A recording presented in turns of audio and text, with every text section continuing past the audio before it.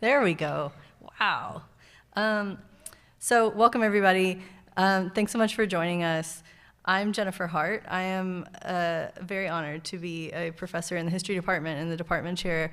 And I literally just moved to Blacksburg at the end of July.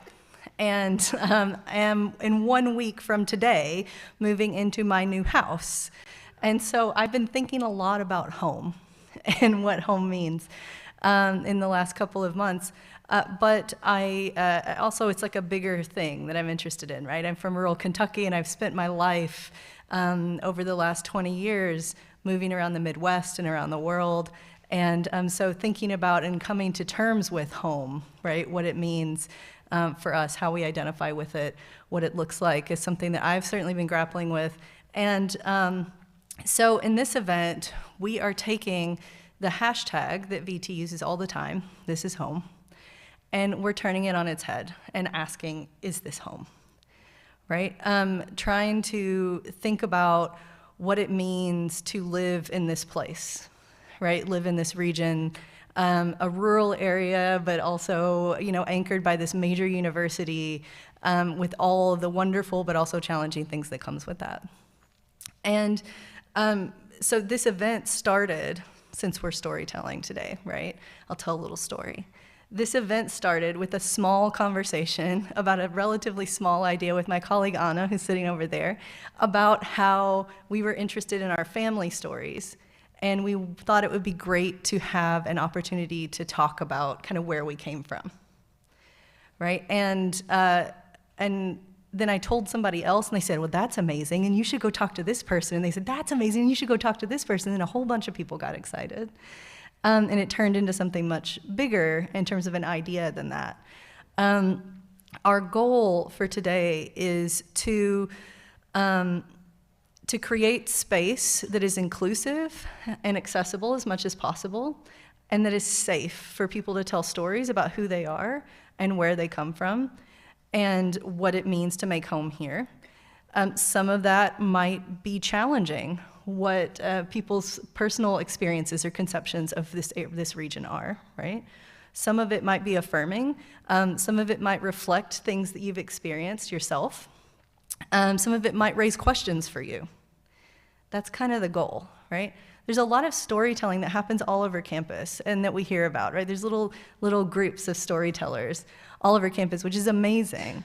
And there's all kinds of reasons why telling stories among people who are like us is really important and powerful, right? There's something affirming about that. And there's a degree to which, telling stories among people who share various parts of our identities it's safer, right?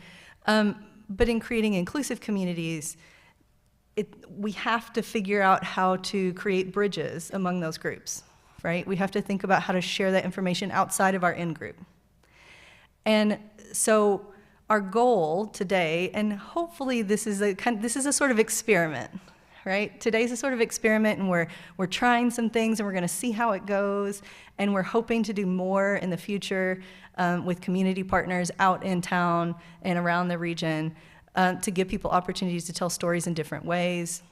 And the call that went out for storytellers asked people if to just tell stories about their understanding and experience of home. They have like 5 to 10 minutes to do that, and they're welcome to do that in whatever form is most meaningful for them. So you might be familiar with the Moth and the Moth Story Hour or the Moth Story Slams. Those have a very prescriptive way of telling stories. Here, we're trying to open that up. So still timed, right? Not necessarily taking half an hour. But Kwame tells me I'm supposed to give him a hook. But, allowing for more stylistic differences, right? Allowing people to represent themselves in the way that is most meaningful and relevant to them. Whether that's gonna happen or not, we'll see, right? It might be that we have very similar kinds of stories from everybody, and that's totally fine also, right? So it's just to say we're creating a lot of space for that sort of variation. The other thing that I wanna note is kind of the order of today. The first part of today's event is gonna be storytellers sharing their stories. And these are stories they prepared in advance.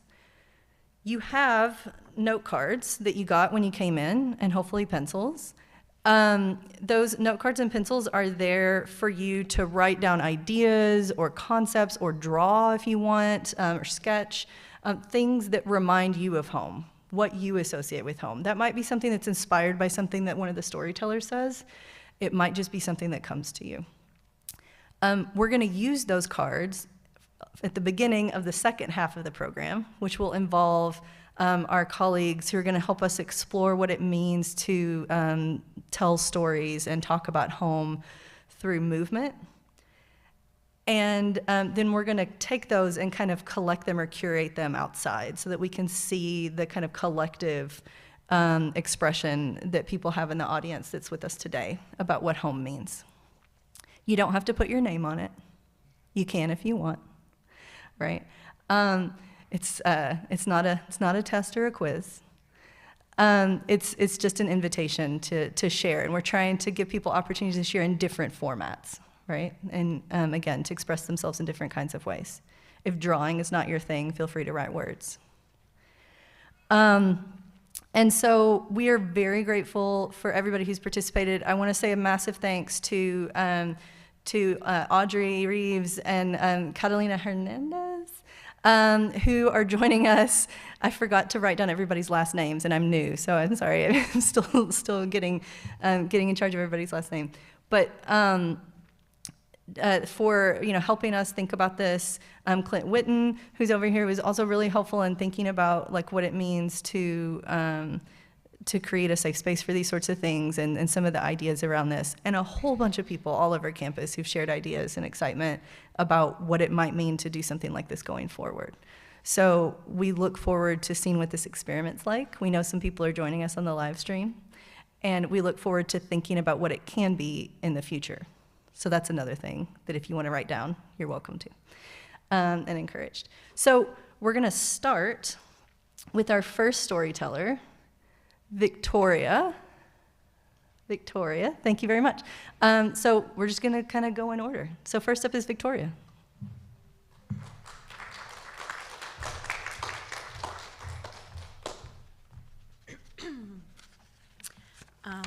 As a content warning, there is a brief mention of death and a little profanity. What kind of home is this? Every morning, I wake up in the room where my husband's first wife died. I eat, shower, and dress in a house and in a neighborhood that I never could have afforded when I was a single mom. I drive to work and park the car on an asphalt lot that covers what used to be covered by native trees and plants. I work, then take a break and walk to the duck pond, passing by the fraction house where enslaved workers took what little rest they could. I remember the indigenous artifacts I've seen on display in the Solitude Plantation House, evidence of the Tutelo and Monacan people who were forcibly removed from this land and from this life. To what do I owe the privilege of this being home? 1, a heart that hasn't stopped beating yet. 2, currently living in a 2-income household. 3, the dominance of my species. 4, low levels of melanin in my skin. I could go on, or I could just be grateful, say that I'm lucky to get to live in a place that I love. Say that I'm lucky to live at all. But I can't, because it's not about luck. Luck is about random chance, nothing more. No rhyme or reason, whereas I've got at least 4. If living, and living here, requires something other than good luck, this may be home, but then what kind of home is this? I mean, seriously, what the fuck?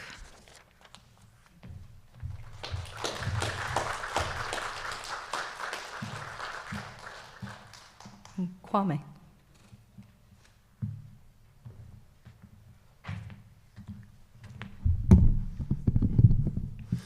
Good evening, everyone. I'm Kwame Harrison. I work at the university, And I've been told I have some pretty amazing stories about Blacksburg. I'm not really sure what those stories are. They might be that I arrived here on an affirmative action program. I think it was called the ABD Faculty Mentoring Fellowship. And in that program, I don't know, I got here, it was all right.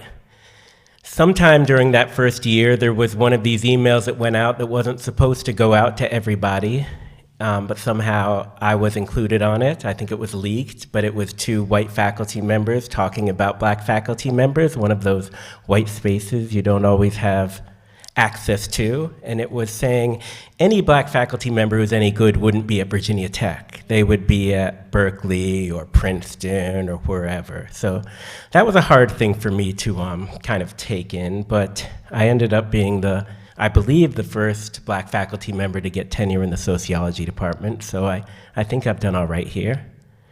It might also be the story that when I arrived here, when I was interviewing for that fellowship, on the last day, my final meeting was with the then acting provost of the university. His name was James Boland.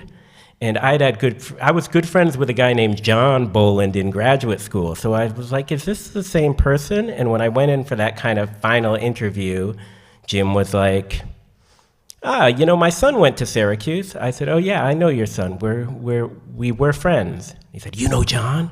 Well, he's about to show up in about 15 minutes, so let's surprise him. So John and I had lost touch, but then John was finishing up his PhD here, and he was teaching a class. So my big interview at the end ended up being with Jim Boland, and it was just kind of like, you two have fun, and we went to Bolo's and got coffee. So maybe I snuck in, and I wasn't very good. But the story I really want to tell is the story of my arrival in Blacksburg. I didn't have all that much money as a grad student. I was eating my final semester mostly by figuring out where all the talks were and going there and hitting the buffet and the food. And I wasn't paying a lot of my bills. I was just counting on my roommate to pay their share until one month they dropped them all on me and said, your turn. And I managed. I continued to run those credit cards up. But I took a small apartment that I had found. I didn't have the money to come down here and look, but it was on Main Street in Blacksburg, and I really wasn't sure about it until my dear friend Carrie said, your address is going to be Main Street, Blacksburg? You've got to take that. So I went ahead and I took the apartment. But the landlord said I couldn't move in that first weekend because there was a lot going on. So on Thursday, August 1st, 2002, I arrived in town with my U-Haul truck, and I moved into this tiny apartment over the old Sharkeys, which is not that far from the new Sharkeys, but in that area. And then, for people who know Blacksburg, they know that the first weekend of every August is the Steppin' Out Street Festival. So that's what he was talking about. So I woke up in the morning, I ran some various errands with the U-Haul truck while I still had a vehicle. I got my electricity turned on, other things. But then I said, let me go check out this street festival. So it was about 11:30 in the morning, and I'm walking out, and things hadn't really started yet. But I got to the main stage about noon, and this was the old main stage that's right across from Gillies. And I saw a singer-songwriter performing there, and she was a local girl. She was 15, 16 years old. Her name was Ash Devine. And anyone who knows me well knows that Ash Devine is one of my dearest friends, not just in Blacksburg, but in the world. And I remember seeing her play and just being enchanted, and these words that someone said to me. Someone said, the farther south you go, the better the music gets. And this was the farthest south I had been, and wow, was the music sounding good. And I just thought in my mind, I want to be friends with this person. So later on that afternoon, I saw her in Henderson Yard, and I just said, hey, I love your music. And she said, hi, I'm Ash. And I said, hi, I'm Kwame. And that started a friendship. And really, in that first year, she opened a door to me, because she grew up in Blacksburg, to meet a lot of long-time Blacksburg residents and to meet a lot of young people who were students, who were activists, who were involved in really the movement against mountaintop removal coal mining and a whole lot of other things. And that was very similar to the community that I was living in earlier, prior to coming here in San Francisco, when I was doing work with underground hip hop artists, except the genre was different and the kind of affect was different.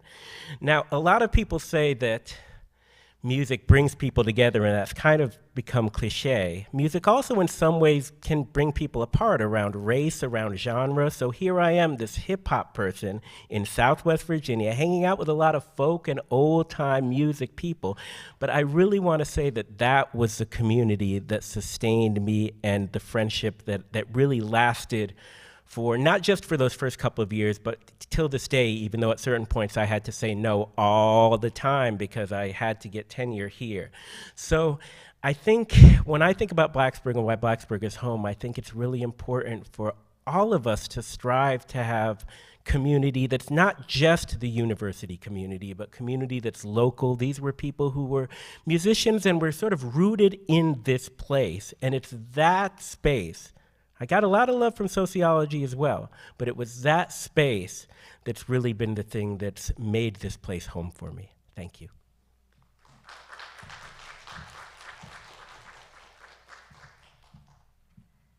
Clint. Good evening. I would first like to thank Dr. Hart, the History Department, and the College of Liberal Arts and Human Sciences for putting on this event and for Humanities Week this week. I'm currently a PhD student in Social Foundations of Education program, and I work with Dr. Azano at the Center for Rural Education. I'm a former middle school English teacher, creative writer, and theater teacher at Blacksburg Middle School.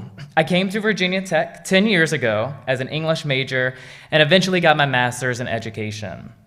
I'm originally from a small farm in central southern Virginia near the North Carolina border. My summers were playing in the Meherrin River. My falls were playing in the Walmart parking lot. My winters were basically tying the sled behind the four-wheeler to be dragged across the pasture. And springs were for walks with my grandma in the garden. Nevertheless, it still took me 23 years and a group of 115 seventh graders to finally give me the space to come out. Before, I felt like those communities could never get to see the fully me. This collection of poetry that I've curated for this event highlights the intersections of my queerness and my rurality, while also finding spaces of memory and finally getting to find home for myself. Each year, students viewed a place at the table by teaching tolerance to help them see the boa constrictor that suffocates the dreams of oppressed humans in America. At one point in the video, a gay youth states, "I'm a white Christian male, middle-class American. On earth, why would I choose to be part of a hated group?" For the first 2 years, I sat viewing from the closet, listening to the demonic voices from my own schooling experience. The locker room echoing, "You're just gay," the evergreen suicidal thought of being outed, asking a friend in 7th grade to fake date me. Until one day, I listened to my students' voices more. Imagine never being able to love who you want to love. That year I came out. My students gently saved me while drinking strawberry milk, eating chicken legs, and playing Fortnite. I love all of my students, but just never sat well with me. This sourness made me sick to my stomach, sick all the way to my big toe. Something was out of date, spoiled. I didn't want my students to check out early with an upset stomach. I finished the dish, brought her a cursive handwritten recipe from my grandmother because the first ingredient was always love, with no buts. I started dancing without a partner. The way the music moved me, entering notes in my body, shuffling around my fears. I want you to see me peel back the sky, see the distant planets clear. Skin covers my headphones, making them a part of me as I dance the Mamma Mia on the Vegas Strip. Close my eyes, and I feel like I can be Beyonce in this frail white boy body. I quietly chant lyrics now, casting spells against judgment.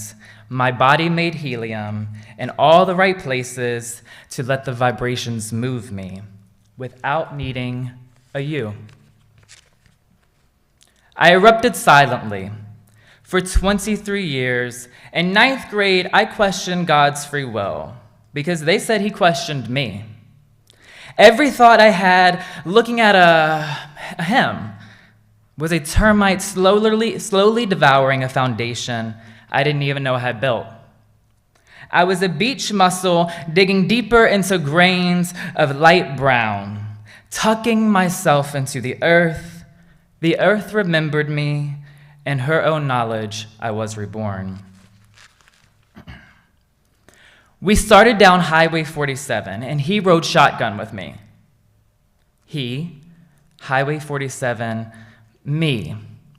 My body couldn't keep up with the impact of being in a car crash, with the car being fine, the passenger being fine, and me being fine. We were still driving down Highway 47 together. I never planned for this moment because I didn't think I'd be alive to see it. All I wanted to do was tell him every memory. I'm bringing him to the family farm. Wooten Brothers is to the right. Mom and I go there every spring to get flowers. There's an old lady selling dandelions on the road right there to your left. A few years ago, when the curve we're just in right now, my history teacher tragically passed away with her husband. There's an old elementary school right around the corner where my grandma worked at for 30 plus years in the community, and I played youth soccer. It's okay. It's just another guy, a guy friend. In that little shopping strip, I used to buy WWE VHS tapes for me and my dad to watch while my mom tanned. The bank right up there was where my mom first started banking in the community, and behind that is my aunt's insurance company. Across the street is where my grandma first started going to the salon, and I would go with her every Saturday. And no, you just can't see it from this stoplight, the only stoplight, but just up that way is the Tasty Freeze restaurant, where they had the best tater tots, and my mom used to hold them out of the window to make sure that they were cooled off to the right temperature. Right across from the Hardee's, you'll find the Geno's. They have the greasiest and meatiest pizza I've ever had. You're only stopping by. It'll be a quick trip home. Up on that hill, I went to preschool, and there was a church connected to it. And I remember having to go sing to the church, "Jesus loves me, this I know, for the Bible tells me so." Behind those woods is a baseball park where I used to play youth baseball, and my dad was the coach. I wasn't very good at it, so my dad told me to lean into the baseball so at least I'd get to first base. Right up there is the old Little Debbie shop. You are safe now, you are loved, but coming out feels a little more real when you have a him sitting shotgun. As the small town disappeared in the rearview mirror, my mouth kept telling stories of place while my mind dusted off the crisis manuals. 20 more miles to think about it. My soul nearly jumped to all 7 continents because boundaries are social constructs. A teacher said, "You can't go there, there are oceans in the way, and you can't swim." So I walked on the bottom. You get used to drowning when you haven't found your place. And when the earth crumbled a little bit more into the universe, I said, "And now we get to build our own world." And I ate the earth's core like the cherry on top. Thank you.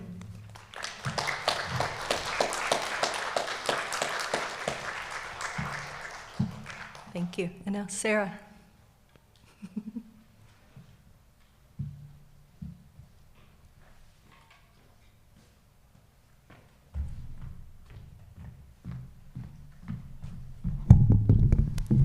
Hello everyone, I'm Sarah GC, and today I'm going to tell you about my journey from Nepal to America.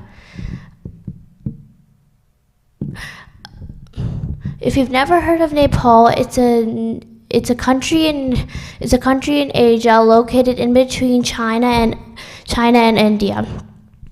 Home of the tallest mountain in the entire world, Mount Everest. Anyways, I'm 11 and in the 5th grade. I study at Margaret Beeks Elementary School. I came here in July 2018. I was just 5 years old. This was a completely new place for me with different cultures and new faces I've never seen before. One of my biggest struggles was learning English. It was like a bunch of gibberish to me. I started at Margaret Beeks as a kindergartner. I recall as soon as I stepped foot into my new school, I saw how everyone was giggling with their friends and having fun together. This made me remember my life in Nepal and how much I actually missed everyone. I felt like I didn't fit in with the others. I used to be able to watch Hindi and Nepali cartoons, but I wasn't allowed to until I fluently learned English. That irritated me a lot. Or when I simply couldn't say I need to use the bathroom to my teacher. The most embarrassing part was how the other kids could ask general questions, but I didn't know how to. However, events like that pushed me harder to learn this new language and make brand new friends. But there was a conflict. I wasn't brave enough to go up to people and talk. I would think to myself, how will I ever get past this obstacle? That's where my encouraging parents come in. They're the ones who helped me learn English and gave me the confidence to be more social. They said things like, "You got this, Sarah," or "Don't give up, keep trying." Those words gave me spirit. Without their guidance, I would have never got the courage to be on stage today.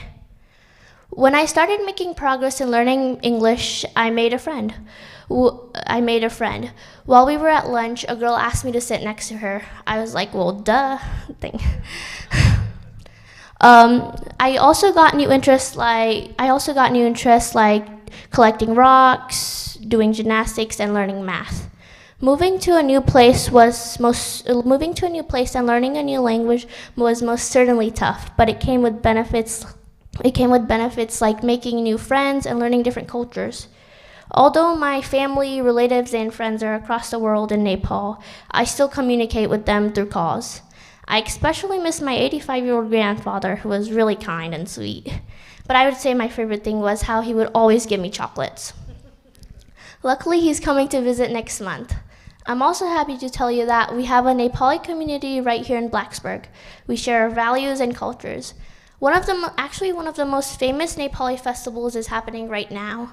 Its name is Dasai. In this particular festival, all families rejoin and connect, almost like a little family reunion. This is one of my favorite festivals because our elders give money to their young relatives to symbolize their good wishes for the year to come. By the way, this is however not all my cash, like all of it. We also celebrate. It's coming very soon, by the way. We also celebrate We also celebrate Halloween and Christmas.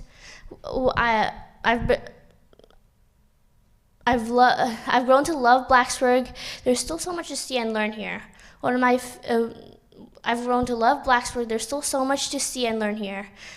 My family and this awesome community have made this whole road trip much easier for me, and I'm really grateful for the experiences and friends that I've made.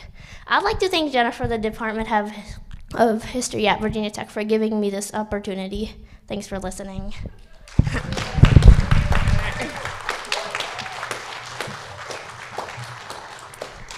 Sarah's my neighbor. She's amazing. So thanks to all the storytellers. Can we just, it's not easy to tell stories and to tell stories that are emotional sometimes and difficult. So can we just validate that again for everyone? Thank you.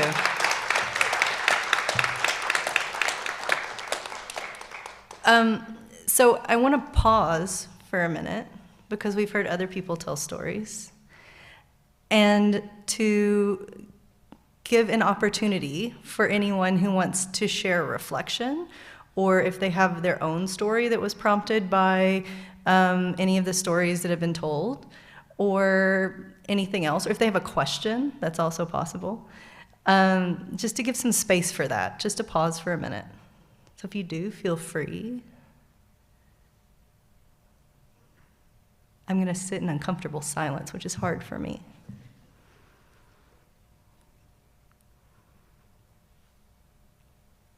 Yes. Is it okay for latecomers? Yes, please. Come on up. We have a storyteller.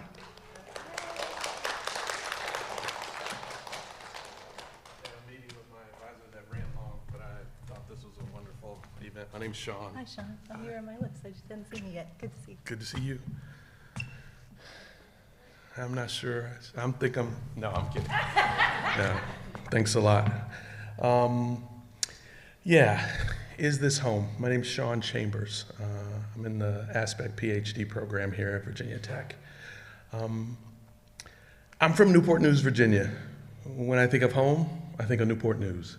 I think of the southeastern edge of Virginia's triangle. I think of the mid-Atlantic. I think of where the James River meets the Chesapeake Bay. I think of the waterfront that's 3 blocks from the home where I spent all the years from age 0 to 18. When I think of home, I think of the opposite side of the state from Blacksburg. And I think in my imagination, it's so different. What I've come to learn is that when I think of home and when I think of Blacksburg, my new home, there are Krogers in both places. When I think of home, Newport News, Virginia, I go back to childhood where Kroger didn't exist. Giant open air stores existed.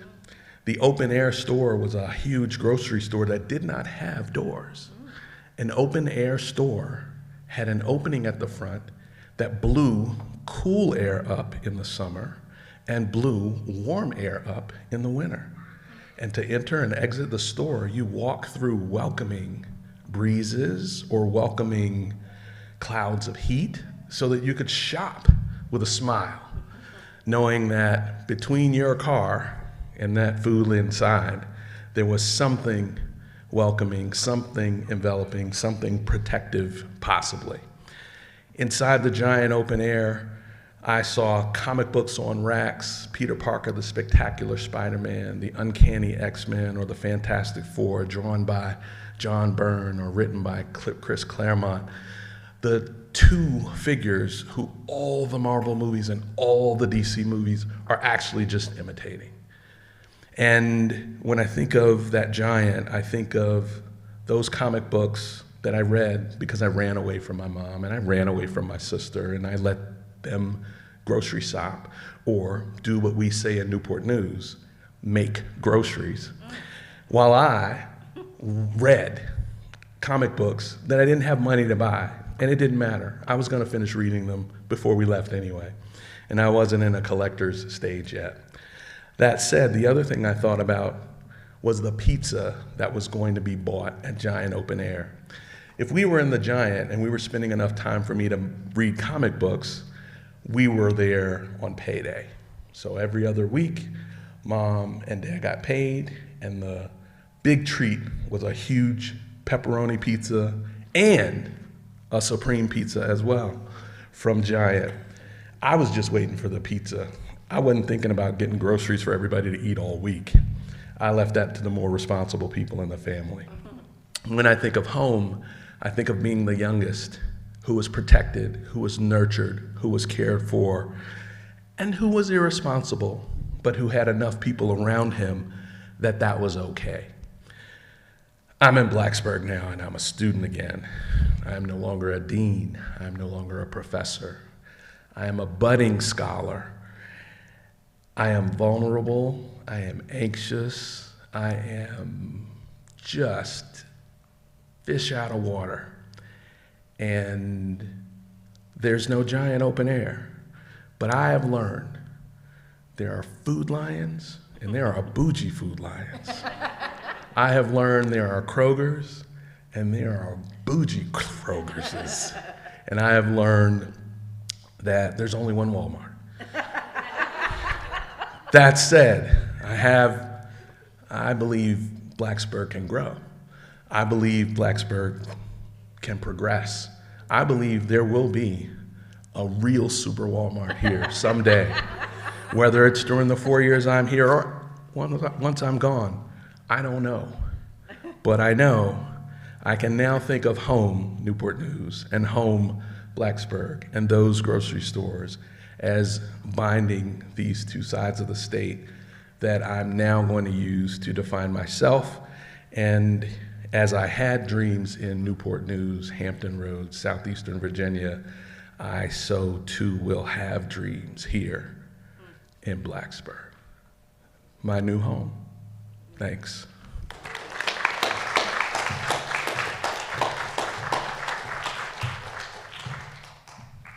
Thanks so much to Sean. That was on me. Sorry, man. Uh, anyone else? I'll pause again.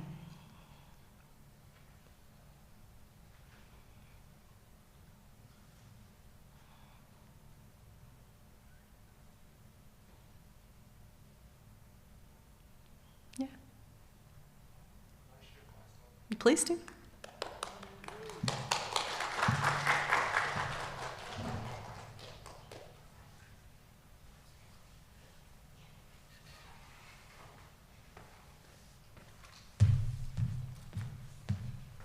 Hi everyone, my name is Jerry, and actually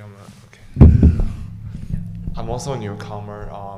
I'm a freshman at Virginia Tech, and I'm an international student from China. And the thing I feel little bit different than friends, other Chinese friends, because I've been in Virginia like for about 3 years so far. I had my high school here, and so now I'm trying to look back and think about, well, it's not just Blacksburg, and I'm trying to large areas in Virginia, and I was thinking about the first time when I think about studying in America, have I ever thought of consider it as a home? Because to me, the first thought is a place for study, and probably after that I'll come back home. But like, during the several years I've spent in Virginia, I started realizing something different, especially interacting with people in the school, those people who care about you as a newcomer. I feel like, so first I want to talk about my high school a little bit. I know it's maybe a little bit irrelevant, but I think it's still very important, and that can play a very important role after for why I come to Virginia Tech. My high school is in Charlottesville. It's a place surrounded by the forests. It's kind of isolated and remote. But so the first time when I saw the school on website, what attracted me is about all the things: the beautiful forest, beautiful green forest, animals, the environment. But after I spent 2 years, I really found the thing that really matters and really attracts me is the community. It's people who care about you in that community, and that really means a lot to me, because during those years I suffer from both physical and mental problems, but it is those people who care about me and help me get out of there. And that also made me make the choice to stay in Virginia and continue my study here. And still, so far, I haven't found the answer, like, is Virginia home? What made it home to me as international students? I'm still seeking for my answers, but I believe I'll get there pretty soon. So, and then back to the question, like, what is home? Because I'm an engineering student. To an engineering student, like, home is someplace. It's not a house. It's not a thing that has a real structure. It's not like concrete. It's not wood that support the place as shelter for people to stay. It's actually very abstract. And if I want to say briefly, is in general, it's a soul where you can perch on.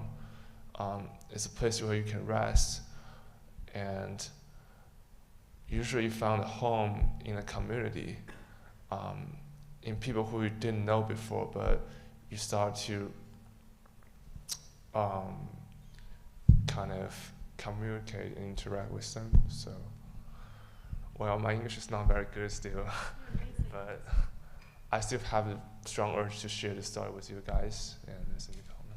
Thank you very much.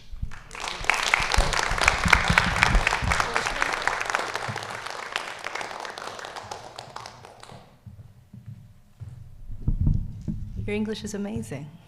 I couldn't do that in another language. Thank you. I'll pause again.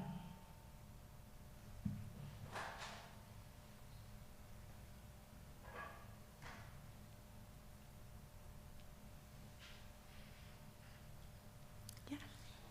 Come on, Robin.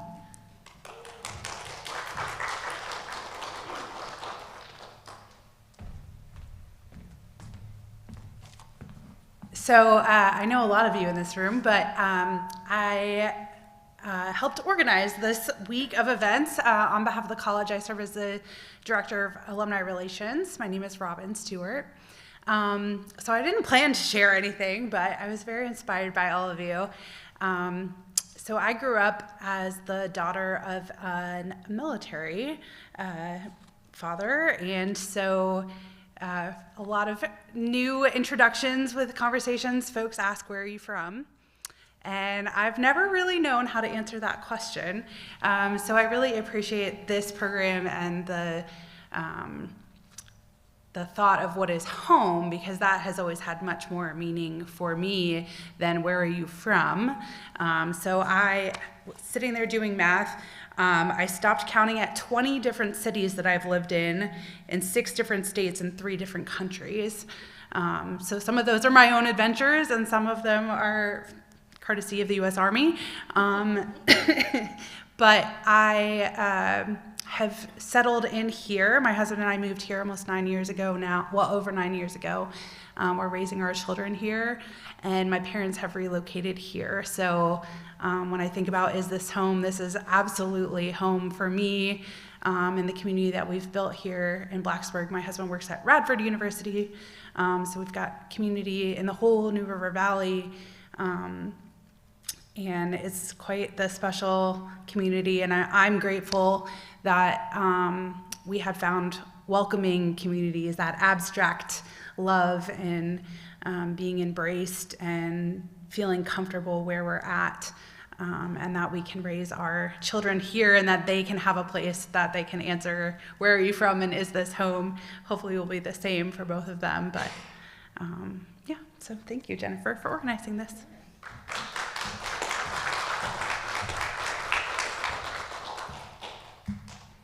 There's more thanks to Robin and a whole bunch of other people coming. Anyone else?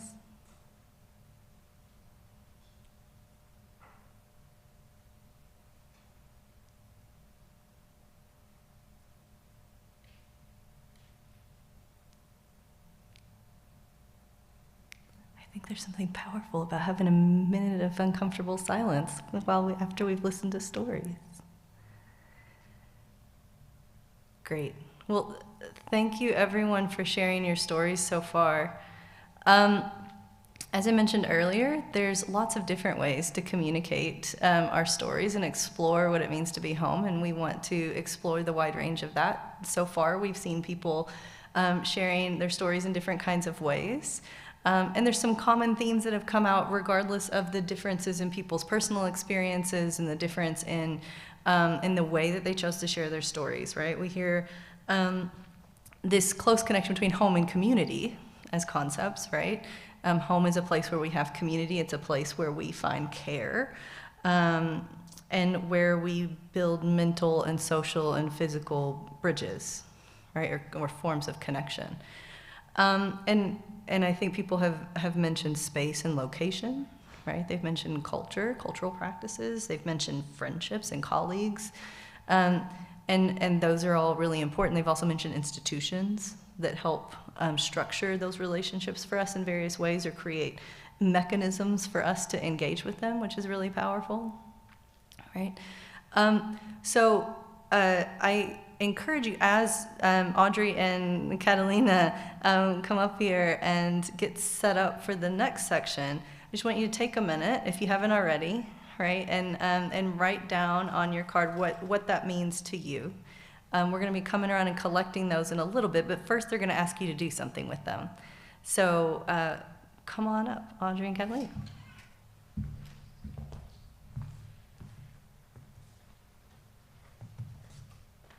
Hello everyone, can you hear me on this mic here? Can I have the handless mic turned on? Thank you.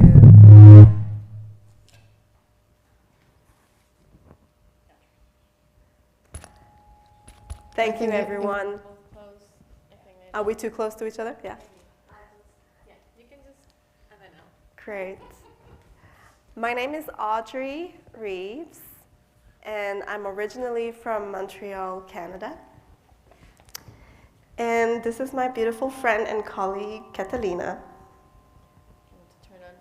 We'll see what happens. Okay. I am Catalina Hernandez Cabal. I have been in Blacksburg for a couple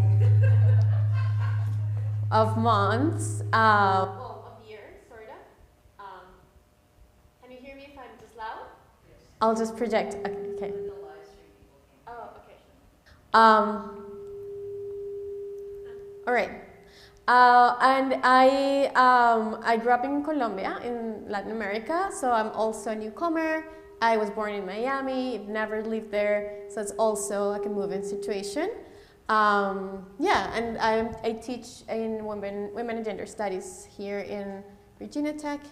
And before we continue, I just wanted to thank all of the people who shared their stories. I really, really, really appreciated your generosity. Absolutely, I echo this sentiment as well.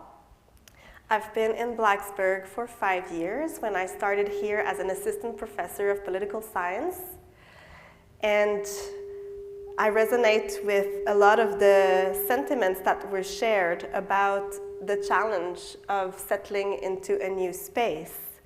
Because when I came here, there were some things that I recognized, like the sound of the turtle doves, the mourning doves, or the smell of the soil in the springtime when it thaws, or some of the brands in the supermarkets. Like I really like Breton crackers, and I had missed them when living in Europe for a few years. So all of these things were familiar, but then there were very many things that were not familiar, like I had never been to Kroger or to Food Lion. So to overcome some of the lack of familiarity, I looked for familiar spaces. And I basically emailed everybody who had some connection to the teaching of dance, which was part of my background, and asked around who was teaching dance in Blacksburg, Virginia. And I met Rachel Rue, who is not here today, but thanks to whom I met Catalina. And this is how Catalina met and started dancing together and performed together on stage, not this one, but a few other stages. And I started, through these connections, to develop more of a sense of home in Blacksburg. So that, believe it or not, when I had a baby 1 year ago, it was actually Rachel Rue who stepped up to organize my baby shower and set up a meal train for me, together with one of my best friends from my yoga community. So it was, interestingly enough, not from like the Virginia Tech connections that these things happen, but it was thanks to the people who moved with me and with whom I had built a sort of like more rapidly a close sense of home. So I think we're here to share some of those experiences with you, and I'm gonna let Catalina introduce the next step. Okay. Yeah, so just to echo what Audrey was saying earlier, I'm finding home in Blacksburg. I have started to find home in Blacksburg through movement, through the dance community that is tiny, but is very supportive in a lot of different ways. So we thought when Jennifer, thank you so much for this invitation. We thought about how we can communicate what other explorations, how else can we experience home and how we carry home in our bodies, or how we can find it in our movement. So what we want to do today is to we're going to share a little bit of an exploration amongst ourselves, and then we're going to open the floor for a little bit of an experiment. As Jennifer said, this is experimental. We'll see what happens. But we are loving to see how people are responding to the invitations. So it's going to be a very short and very simple. So do you want to start, or should we? Yes, let's start with your note cards. So, thank you. So if you still have your note card in a blank state, I'd like you to write or draw anything that reminds you of home, either inspired from your own life and experience or anything that was shared with us or inspired by the storytellers from earlier.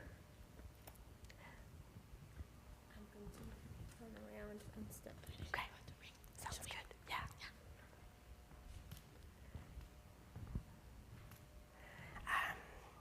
Yeah, come.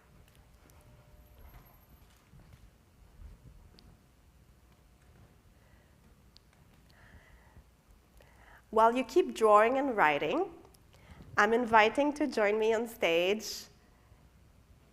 one of my favorite people in Blacksburg, Sumin Jung, who is also a dancer. And is this mic still working, or is it turned off? Or maybe I just come close to you. Hi, I'm Sumin Jung, and I'm from South Korea, and I moved to here to 2016. Yes, and it was nice to hear all of your story, and I have so many locations to live, but yes, now Blacksburg is my home, and I have great friends here. Now I feel this is my home. Yes, hi. Thank you. So that was one of the great things about connecting through dance, is like meeting people who came from all over and were resettling in Blacksburg and being able to share some of those experiences. So hopefully you now all have a word or a sentence or a drawing on your cards, which we will use in a minute.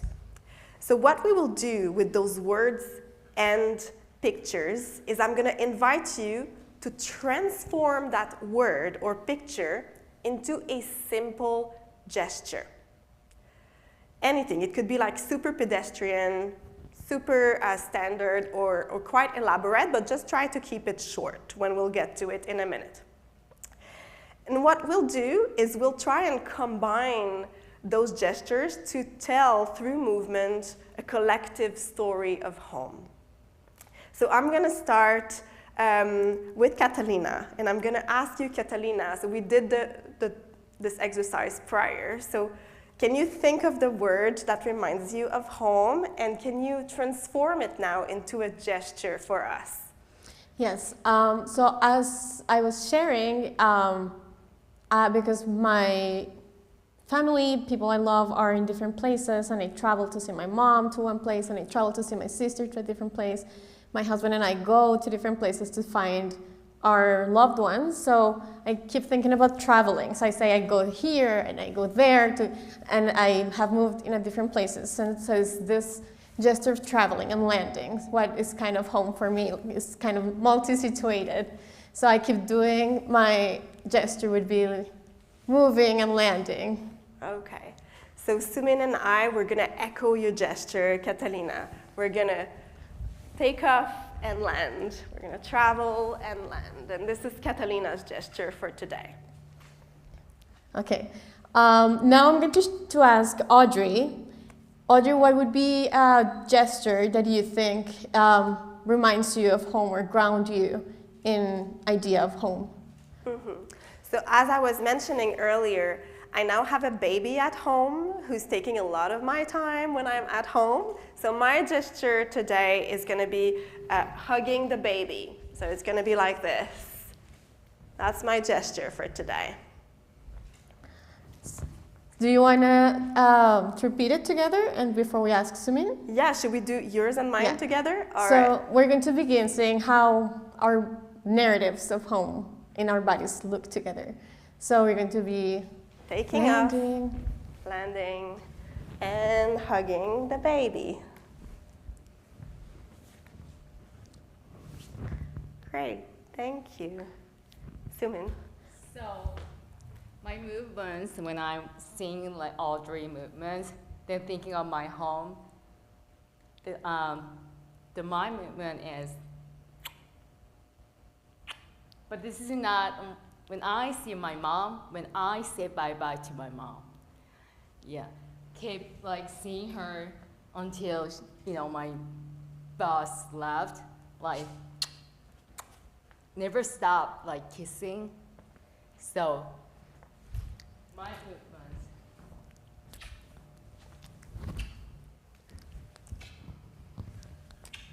movements.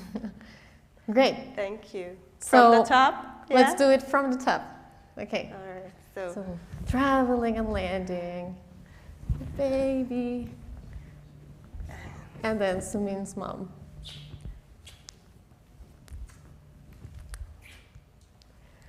All right. Thank you, everyone. Thank you. Now, before we let you off and you start crafting your own movement, I'm just going to invite you very briefly if you want to do it once with us. And if you want, you can like stay seated, or you can get up, or you can just follow with your hands, or you can witness, whatever you want. Sorry. Please. No, I was just going to say that a very important part of movement is witnessing. So witnessing holds space. And also it is amazing to witness what happens when we all join. So I just wanted to add that there. Mm-hmm. So feel free to join or wait till you're ready later, maybe, hopefully.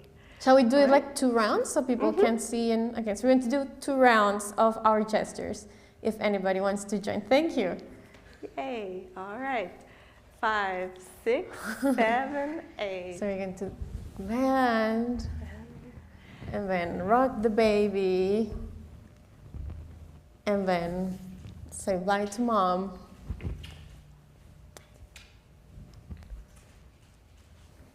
Okay, so let's do it again. That was beautiful. What beauty performance happening. So let's going to start again. Okay.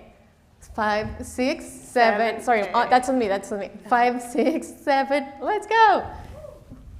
Okay. And then the rocking of the baby. And the kiss. Yay. Amazing. Thank you. Amazing. So now I want to give you a chance to just do this, but like with the people close to you. And if you're alone, just join a pair, because the whole point here is to like share a little bit.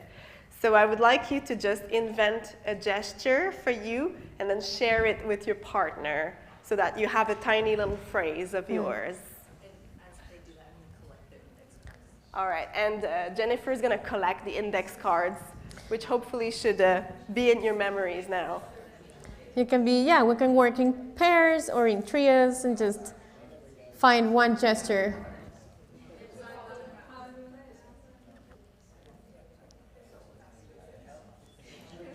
We're going to take about 3 minutes for this.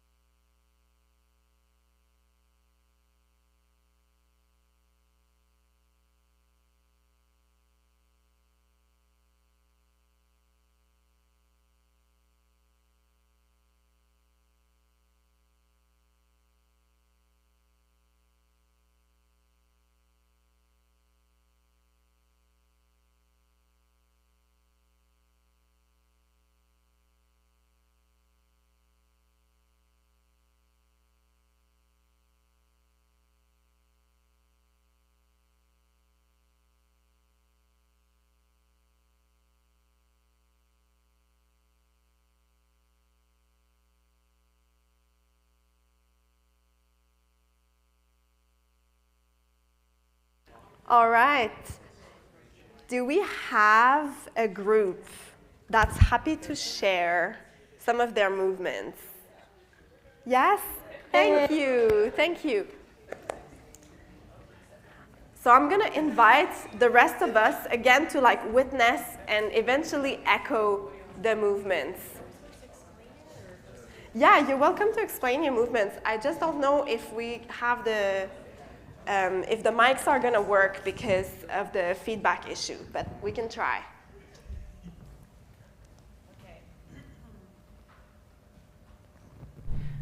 Yeah.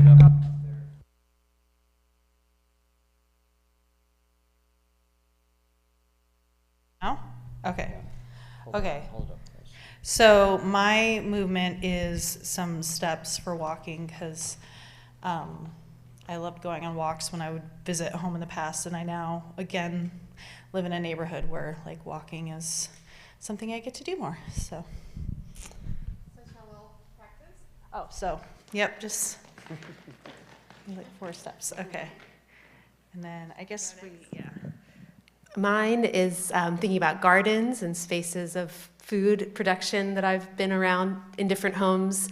So I have a movement where we I'm picturing a beet, picking a beet from the ground, brushing off the dirt, taking a bite, and then wiping the chin.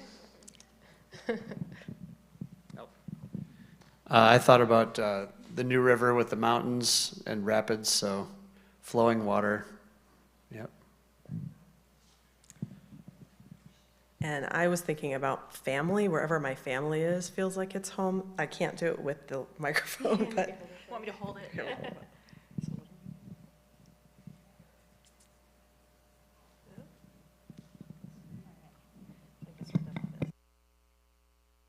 Wonderful, thank you. So I'm going to try to go from the top and make a chain with those gestures.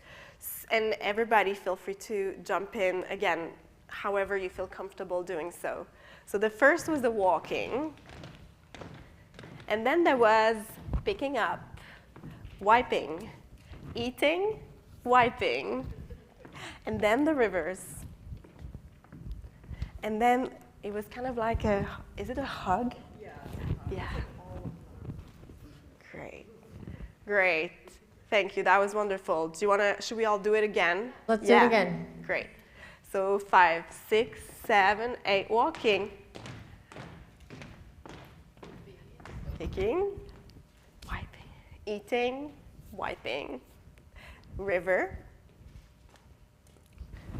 And the hug. Yeah, that's awesome. Thank you. Thank you so much. And I want to say, like this is kind of how we build choreography. It's just that when we do it on stage in the like postmodern American dance tradition, you just don't hear the words. But that's kind of a creative process that leads to the creation of professional dance performances. We learn from, we all have like some degree of classical training, but we learn all of this stuff thanks to our wonderful friend, Rachel Roux, who's the leader of dance education in this area. So that's just like a little parenthesis. Do we have like maybe a final group who's interested in sharing their movement with us today? Also, if you don't feel... Yeah, I see some nodding over there. Yeah? You can do it from your chair if you want, but you're welcome to join. Yay!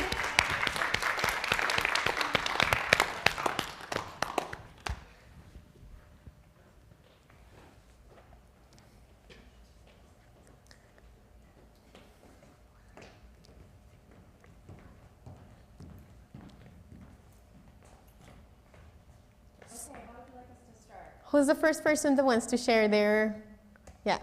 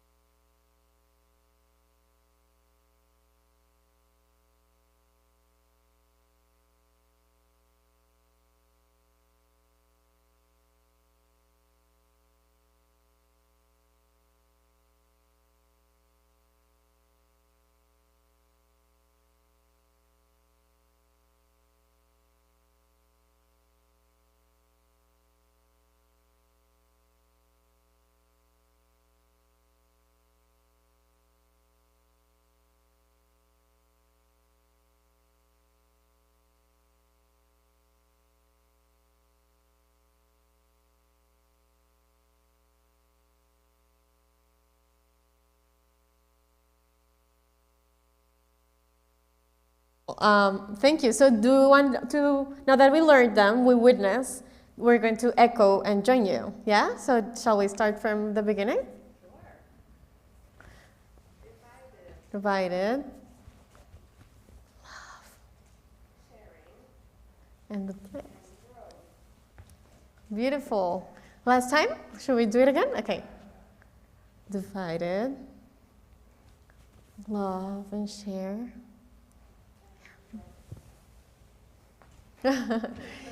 Yay, beautiful. Thank you so much. So now we have a company ready for a performance with like 12 gestures. Yeah.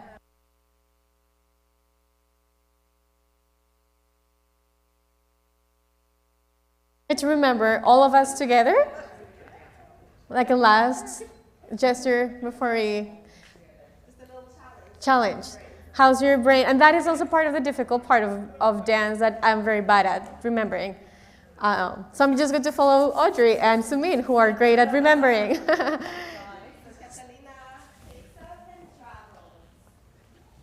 Baby. Sumin blows kisses. The steps. Beat. Eating. River. The hug. And then divided. Love and share. And the tree. Wow, everybody's perfect dancers. Beautiful. Thank you so much. Audrey, do you think that we can do the last bit? So one of the last things that we wanted to do with you today is one of the challenges of dance is that it can be a little bit ephemeral in this process. So actually, Audrey and Sumin, can you help pass this around? I think that people don't have the instructions. Sorry, I just realized. But one of the challenges of movement is that sometimes it is ephemeral, and it is beautiful because we know that although it's ephemeral, we have it in our bodies. In the gesture of this collective reflection of what is home, we want to generate a very brief invitation to generate some sort of record for all of us to see later. So the instructions that Audrey and Sumin are passing around are something that we're going to do together, but I want you to listen to me for a hot second. Because what the invitation is, now that you already have your movements or your gestures, and you saw other people's, so I wanted to record a 5-second video of your version. Some of us performed it, some of us didn't. So the invitation is, first, record 5 seconds of your gesture. You can record each other, or if you feel uncomfortable and you want to do a small version, you can record your hand. So maybe you can take your camera and only record a hand version. So I'm going to give you like a few seconds for you to record a 5-second gesture that speaks about your version of home that we all witnessed. How about that? And then we're going to do the next bit. If you have your cameras, and if you are not available right now to do that with your phone, you can always witness what's going to happen next. But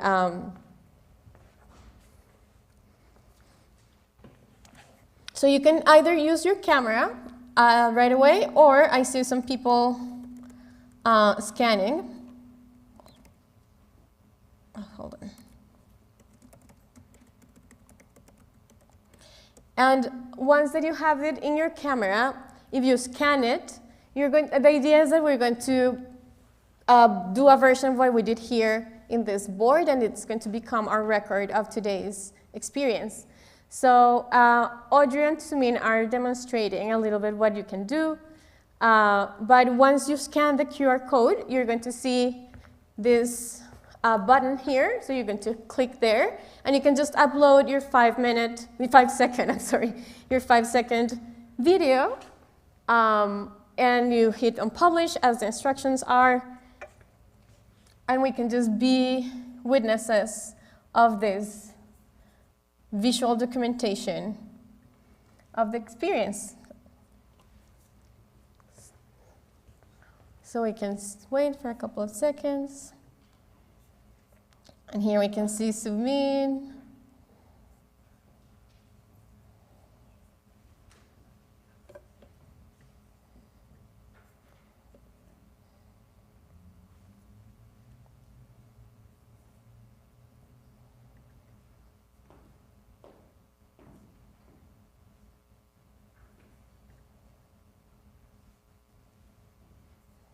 And we have Sumin.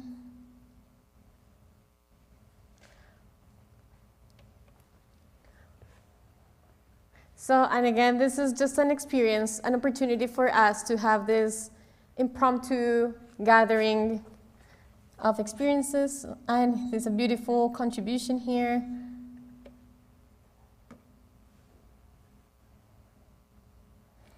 I'm going to play that again.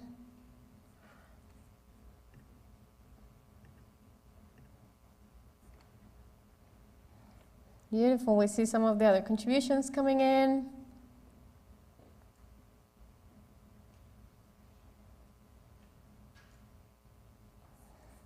Another contribution. A river. Yes, this is, so I'm just going to play them in sequence as we continue to receive other of the contributions.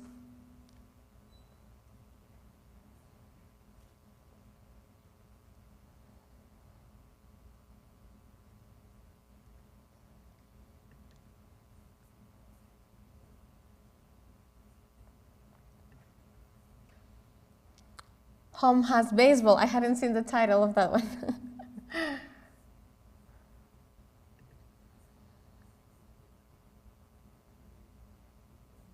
We can see that again.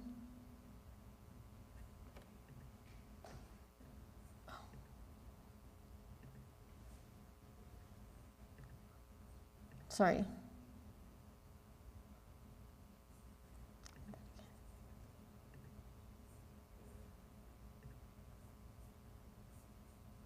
All right.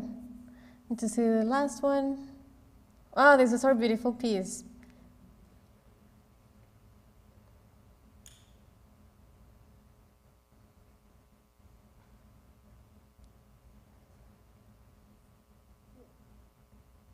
The beets, juicy beets, river. Okay, I see, oh, there's one more person, I think, getting ready for their contribution. But in the meantime, I'm going to just, to begin.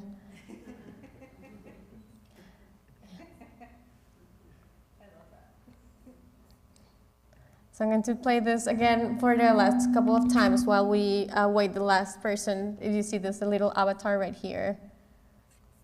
Oh, here. Does anyone want to comment about the gesture that they filmed? If you did not have a chance to tell us the meaning of your gesture earlier, but you put it on the screen, do you want to tell us about it? Feel free to take the time to do that. Or not, it's also okay not to.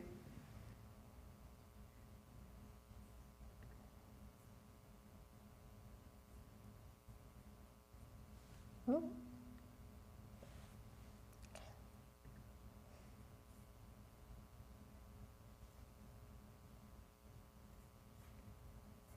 Well, yeah, we would love to, here we can see some of the gestures that we already heard from.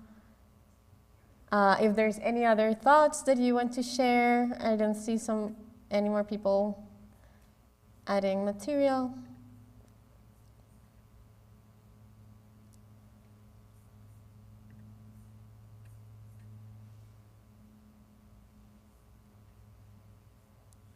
All right, so let's close with this beautiful heart.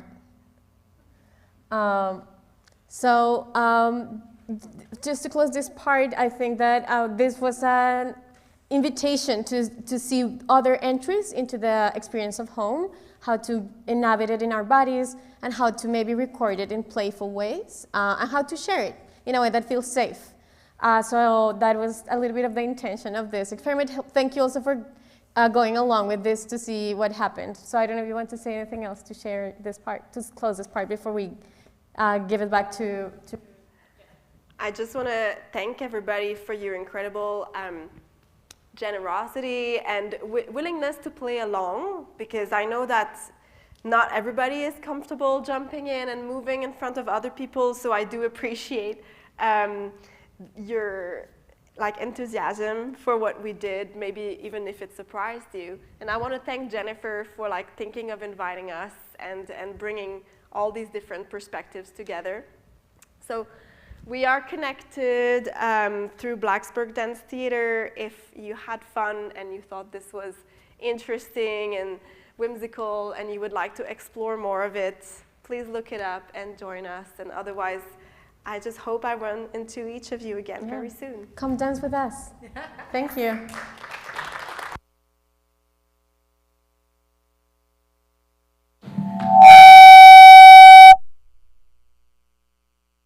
Oh, I'm just going to keep it over here. So thanks everybody again for joining us. Just wanted to say a massive thanks to Robin Stewart, who told a story earlier, who is the hero of this week. If you go to any other events this week for Humanities Week, Robin is the mastermind making anything happen logistically and providing emotional support for people who are trying to organize things. This is a massive lift. So many thanks to Robin and to Kelly Corbin over there, who's always game to show up and support. And Jenny Boone, who was here earlier, was helping her and her team. All of their teams have been helping try to spread the word about these things. It's a constantly new, every year I think something new is learned about how to make this Humanities Week stuff happen, and so it's going to just continue to grow and get more interesting and vibrant. I think the Center for Humanities, of course, is a core sponsor, as well as the College of Liberal Arts and Human Sciences, so massive thanks to them. Oh, right, I couldn't read my own handwriting for a minute, sorry. The team from the Haymarket. So thanks to our tech folks who have helped us out today and who met us and helped us think about how to use the space earlier. We really appreciate it. Thanks again to everybody for sharing. As they mentioned earlier, sharing stories is a profoundly vulnerable act. It's really difficult in whatever form you shared them. And so that's a really challenging thing, and I appreciate your willingness to do that today. The guy from the Montgomery County Museum was just here earlier, and he had to leave, but he grabbed me on his way out and said, hey, so we want to partner and do this stuff in the community and do it more. So you will see more probably in January, so stay tuned for that. And if you have ideas about the way that storytelling can be inclusive and expansive, feel free to reach out now or later, or email me if you want, and let us know, right? And if you have partners that you think would be interested in participating, also, again, connect and let us know. So thanks everybody for being here. And your cards are pinned up outside on the wall, not pinned. Students, squires, facility staff. I did not put pins in the wall, but there's tape, and that will easily come off and not remove any paint. I think it's interesting to see them all together, right? And to think about collectively what we thought about today. So take a minute as you're on your way out and pause and take a look. And otherwise, I hope you have a wonderful evening. Thank you.